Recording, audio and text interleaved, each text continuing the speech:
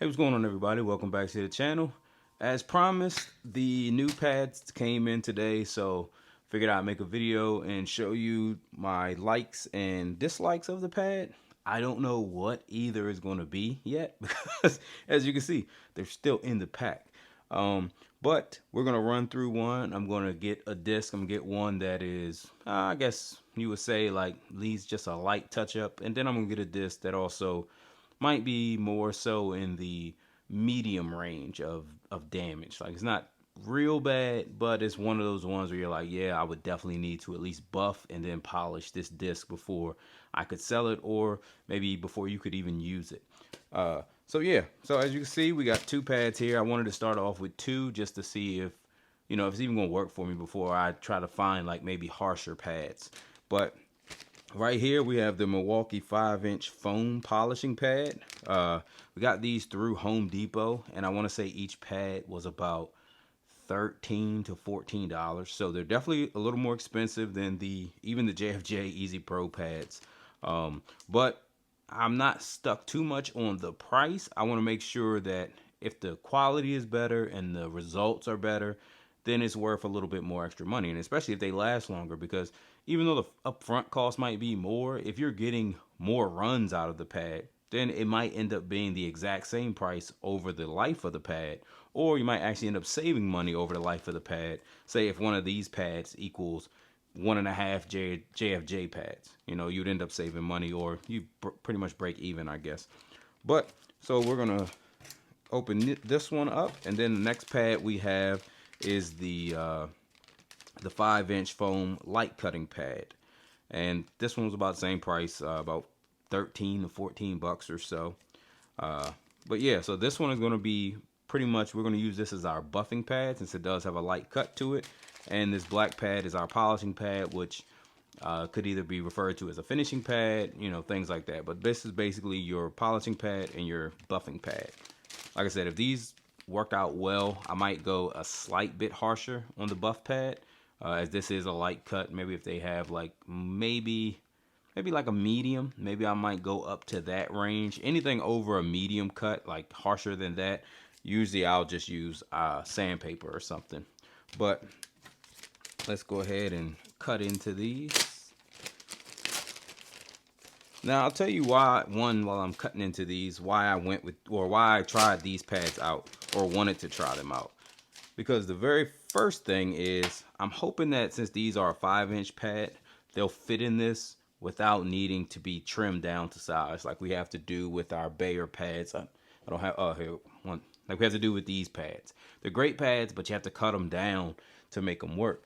And if you also notice, they're not as thick as the Bayer pad either. So it should be better, because even though the thickness has never given me a problem, even though the thickness of the pad has never given me a problem, it does, you do feel it when you have to push down on the thing a little bit harder. Some people may not like that, but the thickness of this pad is actually like pretty much the almost exact same thickness as the JFJ pads. Again, I was looking at that. That was another thing that really caught my eye, because it's close to being a JFJ pad without being one. And as long as you're not a JFJ pad, that's great in my book. But let's see if I can match these up. Okay, so that's about perfect. As you can see, there's definitely some space around it. So there's going to be, I would say, maybe overall, you're probably looking at a 0.5-inch gap on each side. So these are probably like in the 4-inch range. It's weird because you just cannot find the same size JFJ makes. I'm sure they do that on purpose just to try to force you into buying their pad. We're going to start with this pad, and we're going to try to bring back a regular disc. First, we're going to check to make sure it even fits in the machine without rubbing or doing anything bad. And then we're going to check its quality against a slightly used disc and see what we get. All right, so first we're going to check the fitment of the pad. And again, the hole is a little bigger than the JFJ pad one, so you want to make sure that you get it just about as centered as you possibly can. There we go, and we will see if we can get a little closer up in there, give you guys a view of it. You can see that it is literally like barely touching right there. So it is making some slight contact. So I'm going to figure out, I'm going to run it and see basically, is that giving us an issue? I would say that that's pretty centered on the stud. We'll see how much of that. It's not like pushing up against it, but it's just slightly touching it. So that might give us some issues, but I don't know yet. So I'm going to run it through and just figure out what happens. Hopefully it doesn't turn into a catastrophe, but I don't think it's going to give us much problems. Our disc of the day that we're going to use Dead to Rights Platinum Hits Edition on the Xbox. Let's see if I can hopefully show you guys. It doesn't have too much damage. You can see some scratches up there, slight scratches down the bottom. I wouldn't say this disc is really bad. You know, this is like out of a scale from a 1 to 10, with 10 being the worst. I would say that this is probably more around the 4 range, maybe. But yeah, so we're going to put that on there and give it a go with just the black polishing pad. I want to see how good that one will work. Now, I feel pretty strongly that the finishing pad, the white Bayer pad that I use, would take out probably 90 to 95% of that damage, and you could just run it with that pad and it'll be perfectly fine. So I want to see just how much I can get out of this pad before I have to step it up, because that also tells me a lot about, you know, how versatile the pad is and how much time I can save without having to switch between this pad and that pad and things like that. So first thing, it's a brand new pad. So like I always say, you want to make sure you give it a good spraying of water, because you don't want the pad dry. You do not. That will just really ruin a disc if you put a dry pad in there. So give it a nice lathering of water there. Again, this is not bad, so we're going to use our ultra finishing polish.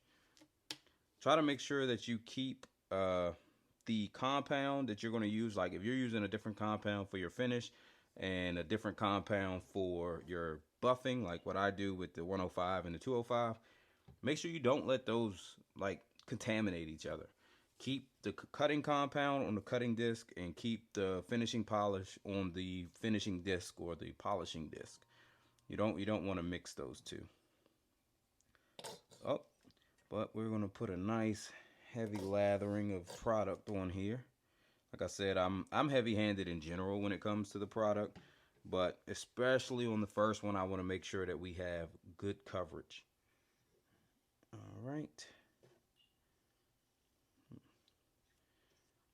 So the last thing you want is this pad getting dry and just going against the disc, because it's going to ruin the disc. All right, so we spread that around, have that on nice and good. Push that down. You see that closes a lot easier than it did with the Bayer pads. Turn it on, and I'm gonna let it run for a minute, and then we'll check out the pad at the end and see what happens. Hopefully it doesn't do anything crazy.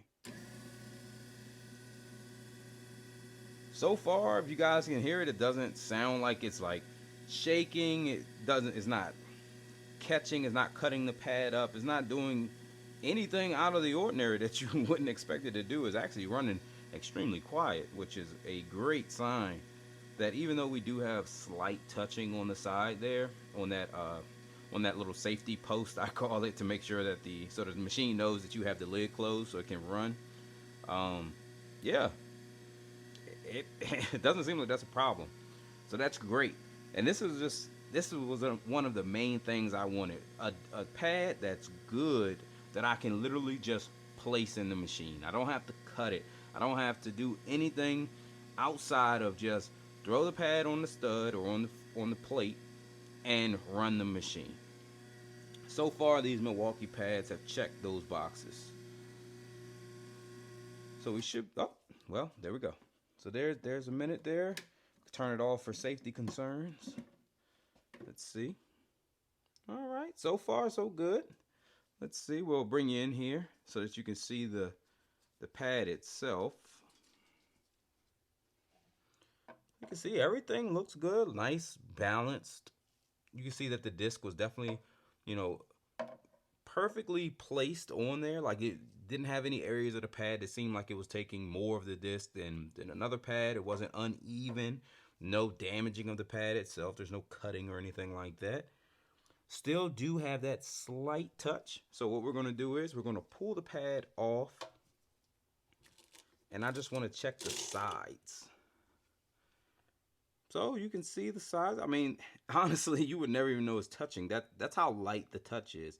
We do have some product on there, and that's mostly from the dirtiness of the machine itself. I need to clean this. But yeah, I mean, you would never know. There's no cutting, no etching or anything on the side of this pad. So that is amazing. That is amazing. That's letting me know that this thing is definitely going to fulfill all those needs I have when it comes to fitting the machine perfectly without having to cut it. And now the final thing is we're going to get this disc off. We're going to wipe it down. We're going to see what it looks like after just a 1 minute run through on our polishing pad. Let's see here. Boop. All right, take that off. Another good thing is, if you guys can see, minimal product snuck in the backside of it. So that's good. You're going to get that at times no matter what, so but it's a good thing that nothing came on. Let me get the product off my hands. We got, some product right there in the middle, you can see kind of snuck in. And that's mostly because I need to I need to make a new gasket. I'm gonna get the product off with this because I don't want to put that on my finishing towel. That's what I like to call this one. Let's see.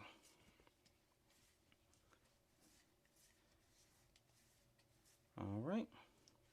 See, I'm trying to make sure I don't have any like residue stuck on there. But let's see. All right, but from what I can tell, you can see still got a little damage up there in the corners. So yeah, this one definitely might have to go through maybe a buff. That red pad will probably make this like perfect. But you can see that, still have a little slight bits of damage on there. It took out a lot of it. I mean, the disc looks great, especially for personal use. Now, if you were selling this disc, obviously you couldn't sell it as refurbished. You could probably sell it as used because, like I said, the damage is very minimal. But now what I want to do is I'm going to use the red pad. And we're going to see if we can actually get all of that damage out of there. So let's put this disc back on there. Boom. We'll put our little gasket back. And then we're going to go red pad to see if we can like really make this thing shine. Now we might have to go red pad back to black pad because sometimes these cutting pads will leave like kind of like a swirl or anything in it. Sometimes the cutting pads themselves will put like little marks in it because again, you're cutting. It's not a finishing pad. It's not meant to bring it out to like a shine. It's meant to really get in there and correct the disc. So sit that in there. Of course, these discs are the same size, so we don't have to worry about fitment issues because we had no fitment issues with the black one. Again, new pad. So we're going to make sure we give it a nice, good coating of water. All right. Since we're doing a cut with this red pad, we're going to bring in our 105 Meguiar's because we are doing some actual cutting or buffing of the pad itself. Same thing here. We want to make sure we get some nice, good product on there because this is the first time I'm using this pad. Now, also, if you're wondering about like the pad sneaking behind the disc, I mean not the pad, but the product sneaking behind the disc and getting onto the plate behind the disc, or maybe getting on front of the disc and things like that. It's not really the pad's fault. I would say it's more so the fault of me because I'm so heavy-handed with the product. When you put a lot of product on there, it can get places. So, but I would rather wipe product off the disc rather than have a disc that gets burnt. So, or a disc that builds up enough heat to where it doesn't work anymore. But see, closes nice and easily. And then let's lean it down a little bit. Oops, knocked over our JFJ spreader there. Turn it on, and for the cut, I'm going to do 20 seconds. I don't like to do 1 minute on the cuts. Okay, so far so good. Again, no rattling, no shaking, no obscure noises happening, nothing out of the ordinary that I wouldn't expect from if I was running this again with the JFJ specialized pads. All right, went pretty well. We'll take that off. We'll look at the disc.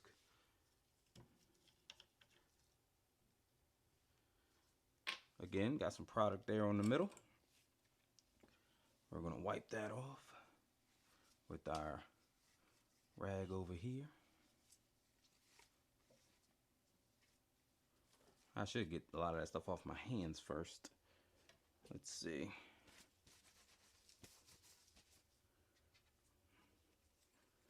All right.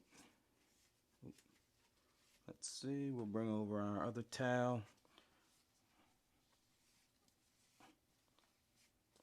Now, sometimes these cutting discs can give you great results to where you're like, man, I don't even have to use a polishing cycle after, because some of these are specialized to where they do provide a cut. Like this one is a light cut, so it can actually give you a good finish afterwards as well. So let's see.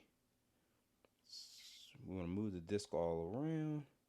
But as you can see, this one came out like spectacular. Wow. Yeah, I can't even find any of the damage. Let me see. You got, look, okay, it looks like you got something up here by my thumb a little bit. Okay, there goes some right there. So I am seeing some.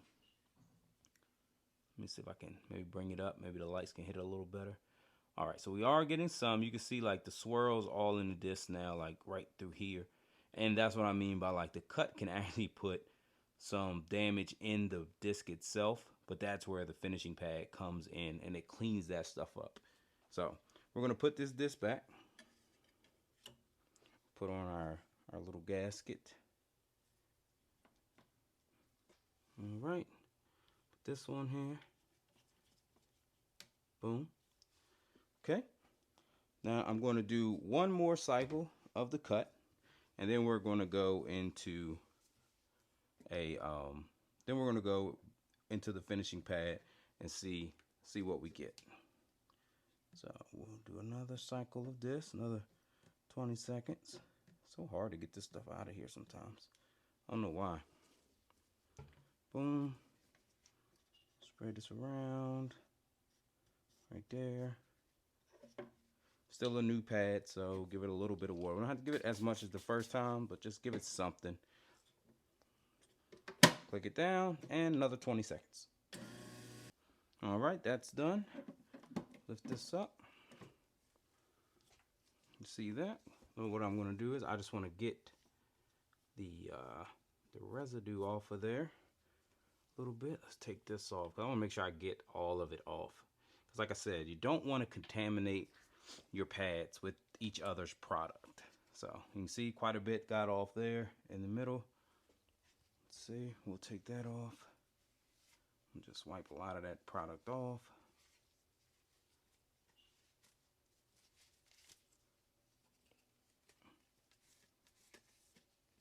Wipe off the front, just in case any got on there.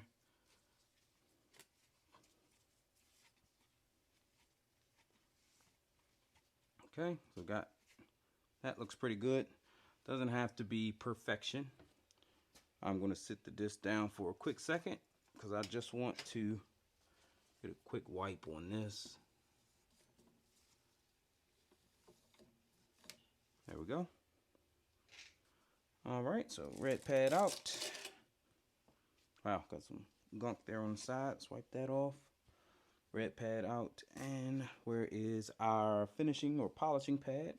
There it is right here. Go. Oops.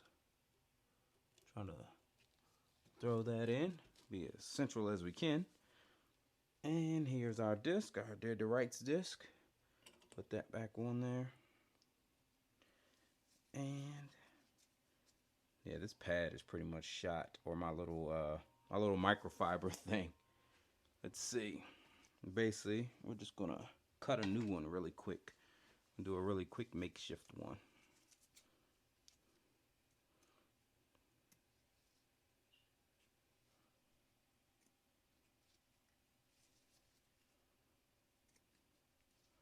Normally, I would do a little bit more measuring, but I think I can eyeball it. And basically all you do is just kind of try to center it as much as you can. Just give it a little cut. That kind of just opens up the middle some. You can kind of stretch it out a little bit because you just want it to get over that stud. So let's see. There it is. And boom. There we go. A new pad or a new gasket. Been saying that in like the last couple videos that I need to make a new one, and I never make a new one. So there you go. That's pretty much how it happens. It's not a whole lot to it. Spray this down some.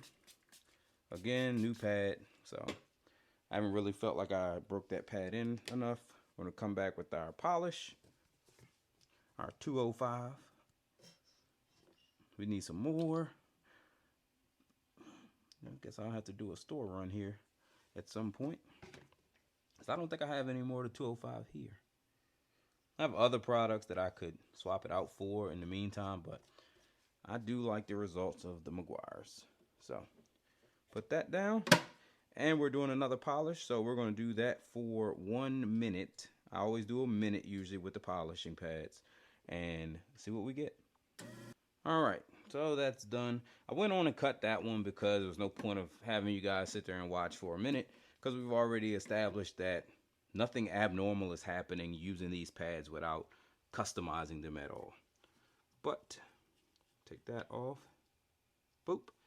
You can see with the new the new gasket I made that not as much product is stuck in the middle of it. That's what happens when those pre-made gaskets, or I guess they're not pre-made because I'm making them, but those gaskets that I use with these microfiber cloths, that's what happens when they get old. They just it just doesn't stop it from getting in there as good. So take our blue cloth here, try to find a good spot, try to wipe the rest of any remaining residuals we have away. Boom. Okay, we'll flip it over. Try to get anything off the front there. Boom. All right. So, trying to make sure I got everything off. Okay. Oops. All right. Let me see. Trying to get out of the light some.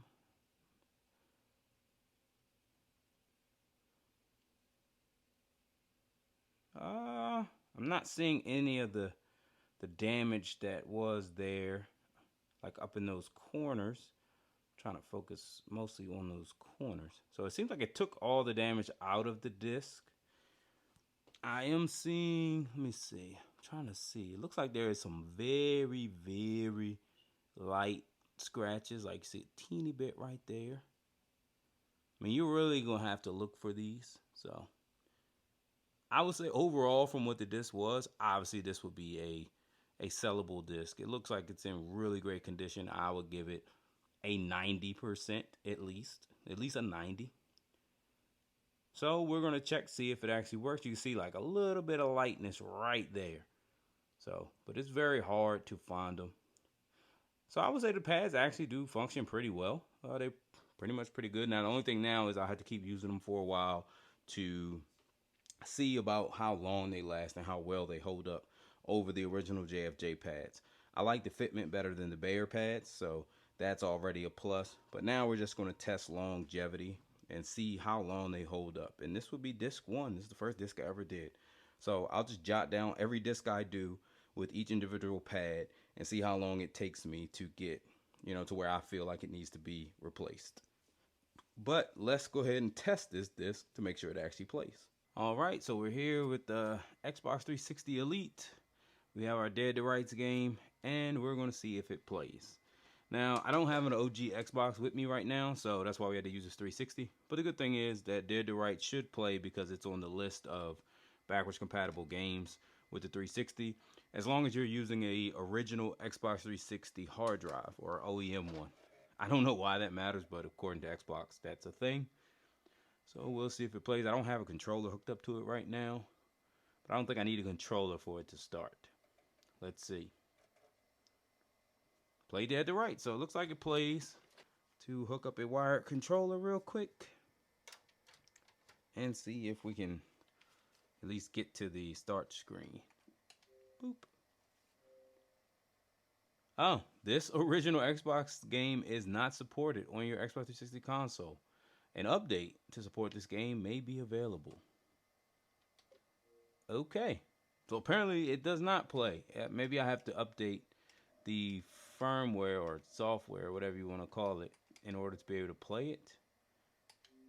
Okay, well, I guess we won't be playing it, but anyway, you know it reads the disc. It clearly tells you what disc it is, so I'm fairly confident that it would play. I'm not about to, I guess I'll have to update this at some point, but I'm not about to sit here and put you guys through that for right now. But yeah, so at least the game reads. Seems like it would work if we were maybe on later firmware, or maybe for some reason it did say dead to right's normal on the compatibility list. So maybe for I don't know why the platinum hits wouldn't work, but I mean you never know with these things. Maybe for some reason it's not on the list. Maybe it can't be anything different other than a label, but I don't know. So, but yeah, I was going to do a more damaged disc as well, like I told you guys earlier, but I decided not to because based on the performance of the black pad, not really taking out all that damage I thought it might, even though maybe it could have if I would have ran it again, maybe one more time. In hindsight, maybe I should have tried that. I don't believe that red and black combo would have taken out a disc that was like a 6 or a 7. That was pretty damaged. So I'm probably going to end up going and getting the, like, maybe a medium of those Milwaukee pads to be like my really like good, nice cutting, buffing pad. Almost dropped the controller there. But yeah, so we'll do that. And yeah, seems like for right now, I'm going to be sticking with these Milwaukee pads moving forward. Less effort, easy switch. You know, you can stick them right in from out of the package. You don't have to do any cutting. And that's really what I was looking for. And they perform good. I mean, it's not like the disc didn't come out looking good. It definitely did. So now we're just going to check, see how long they last. And then, yeah, that's going to be it. So I'll update you guys when I get to the point that it's time to change the disc. Change the pad. And I'll let you know how many discs we ended up doing with that pad before it was time, in my opinion, to swap to another one. But as always, thanks for supporting the channel. And I threw up the piece a little early there, but you know what it is. I'll catch you on the next one. Peace.